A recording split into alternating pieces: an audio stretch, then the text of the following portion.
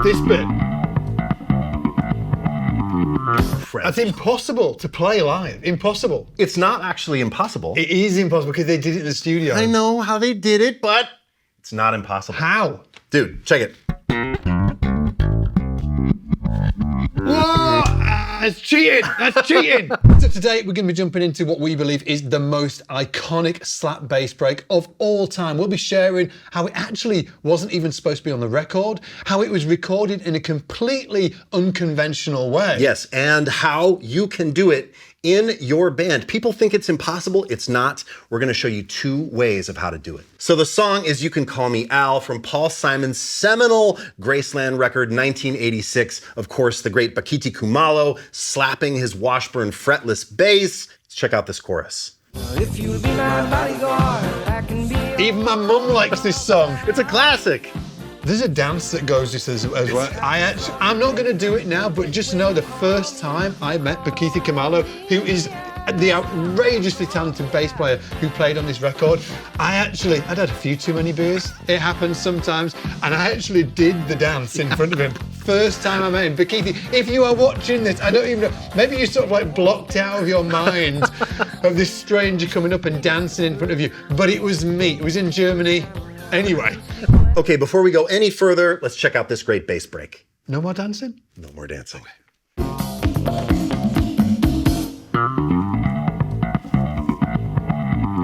It's crazy. When you heard it first time, were you like, what is happening? I had no idea. Same. Yeah, I don't know what I thought. I heard that first bit and it all made sense. And the second half is the bit where I was like, is there a weird, like, is it flanger? Yeah, is it a flanger? Yeah, like, he's hit the flanger or something like that. It just... But this incredible 2 bars of bass break, it was never meant to be, actually. It wasn't supposed to be on the record. No, not at all. And we could tell you about it, but we thought it'd be even cooler if Bakithi himself told you about it. When it came to that bass solo breakdown, it was May 10th, my birthday. And so Birthday boy. I played the groove. Yeah. So I didn't know what was gonna happen, but when we get to the breakdown, then we stop. And then I had to ask Paul, and I said, Paul, can I just play something? It's my birthday today. And Paul said, hey, look, just go for it. And if it's good, we'll keep it. If not, then we'll lose it and replace it with something else. Yeah, right. So in the studio, we're playing.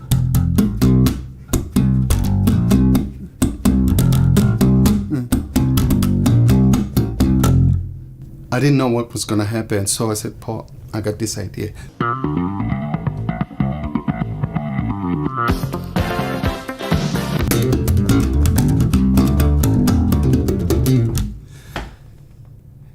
And then they liked it. But funny thing, I just did the first part of it.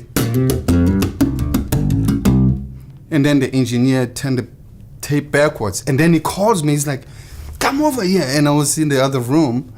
And then, and I'm thinking, oh, what happened? Oh, I guess they didn't like it. So, and then I go to the control room. He said, listen to this. And I was like, what? He said, well, now you got to learn how to play like that. Oh, man, I got so nervous. I got scared. So I called all the pedal people in the world. And I said, please, do you have anything that can make my bass backwards like that? And then back then, it was not possible. So I tried everything. I tried the chorus and the flanger, and I tried, and then my boss said, nope, that doesn't sound right. Don't use any pedals. So I tried it, and I learned to come close to what I did on the record. And then it worked. It worked, but it was a challenge, but I'm glad that they gave me this happy birthday present, and it's there forever for the next generation.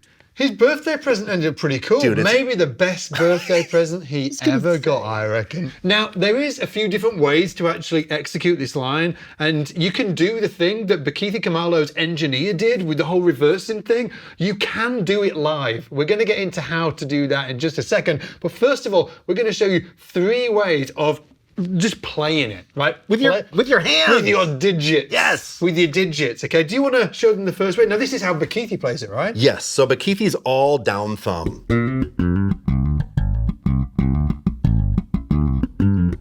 Now that's all down thumb, right? And if you want the tab and notation to see all of the different ways of doing this, we've put the PDF, we've linked that down below in the description. Click that, download it for free. Just click the link in the description. And don't forget to like and subscribe the video as well. Spread the bass love.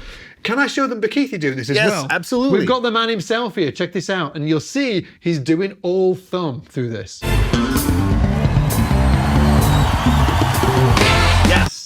And he's fast. That is fast. Down Too thumb. fast for me. Too fast for me too, Yeah. right? So when I've done it, I have gone all thumb, but up and down. Amazing. And you're doing like up thumbs there as well. Yeah. So those last ones, I'm going up with the thumb. Because it's just too fast for me actually to go down.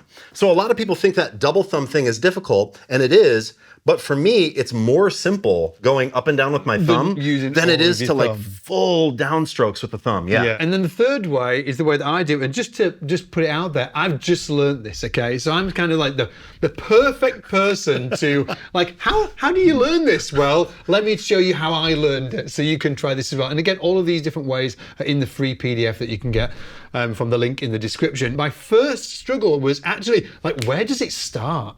Yes. Right? It doesn't start on the one. It goes. Yes. The ghost note's the one. So 1, 2, 3, 4, 1. And. Yeah. But I'm actually popping going down. So I'm going. I like that.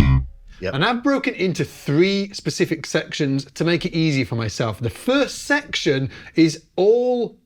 I don't know what this is. Plucks. Like a worm. But anyway, it's all plucks, right? So I'm going. And I'm hammering on this hand. So practice that on its own first. And there are ghost notes in between that.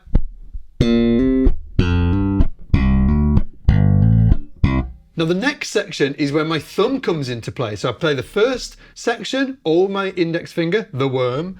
What did Jameson have? The hook. He had the hook. You've got the worm. Okay, so this is the next section. It goes. And then the last section, section 3, is. So then you're ending with pulls again. With pops, with pulls, and pull-offs. So we've got section 1, section 2, section 3. Right. Together. Okay, so that's how I got it down. 3 sections, you can loop them around, get comfortable with them, and then glue them all together. And again, that second half is the bit that is a little bit tricky. So grab that PDF. And that's how probably most people are going to do it. Yes. But there is a second way, and Bakithi was actually hinting on this himself. Right. He was like calling pedal companies saying, have you got a looper I could use? And there wasn't at the time. But there is now! Yeah. Do you want to show them the fancy way? So, what I'm doing is I'm playing the top of it with a looper. I've recorded in the back half, and I'll show you how to do that in a moment. But what it would sound like if you executed it live would be... Right? Clap to that. 1, 2, 3, 4. Yeah, beauty. Just like that. So how you actually, so what you loop it and then you reverse it. Yes. So you're essentially doing what the engineer did on the original track. That's exactly right. Yeah. So what I'm doing is I'm starting it on the downbeat of 1, but then for me, the tricky part is you have to release it on the and of the next bar. So from 1 to 1 and that's when you get rid of the samples. It's tricky, but it can be done. It sounds like this. Okay? There's my loop. Now I'm gonna reverse it, and now like it's in ready to play position. So backwards it sounds like this. Okay, and now to actually execute it, you're going to just play, you're gonna play, and then kick the sample on beat 1. So if I play it together, 1, 2, 3, 4, 1.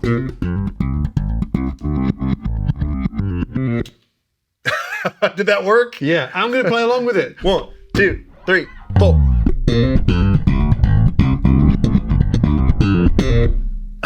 just like that. And you can do it, obviously, this is a HX Stomp. You can do it with the TC looper pedals. Yeah, the Like Ditto looper. There's probably a bunch of pedals you can do it with. Yeah. Now, there's also something else really cool about this track, and it's the bass line itself. Yes. Even though it's super simple, right? It is okay, as bass players, we're really chained to that beat one of the bar. It's kind of something that's ingrained in us because all of the riffs and the lines that we play and have learned up until now, they generally start on beat one, but not this. It's actually just after beat one. If I clap, can you give them a for demo? sure. A 2, a 3, a 4. 1, 2, 3, 4.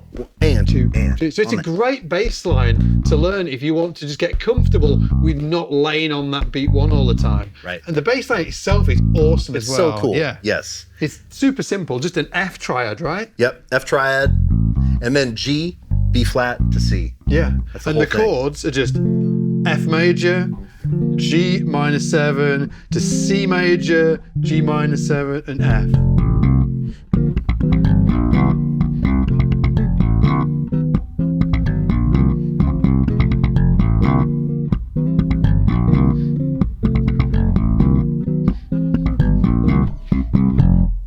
If we have tickled your fancy when it comes to Bakithi Kumalo and you want to go down the rabbit hole, where can we send them? We've got an interview right here that we pulled some of the footage from today. Check that out. We have my breakdown of the entire Graceland record right here. And of course, we've got the tab and notation right here to learn this great line. Take it easy. We'll see you next time.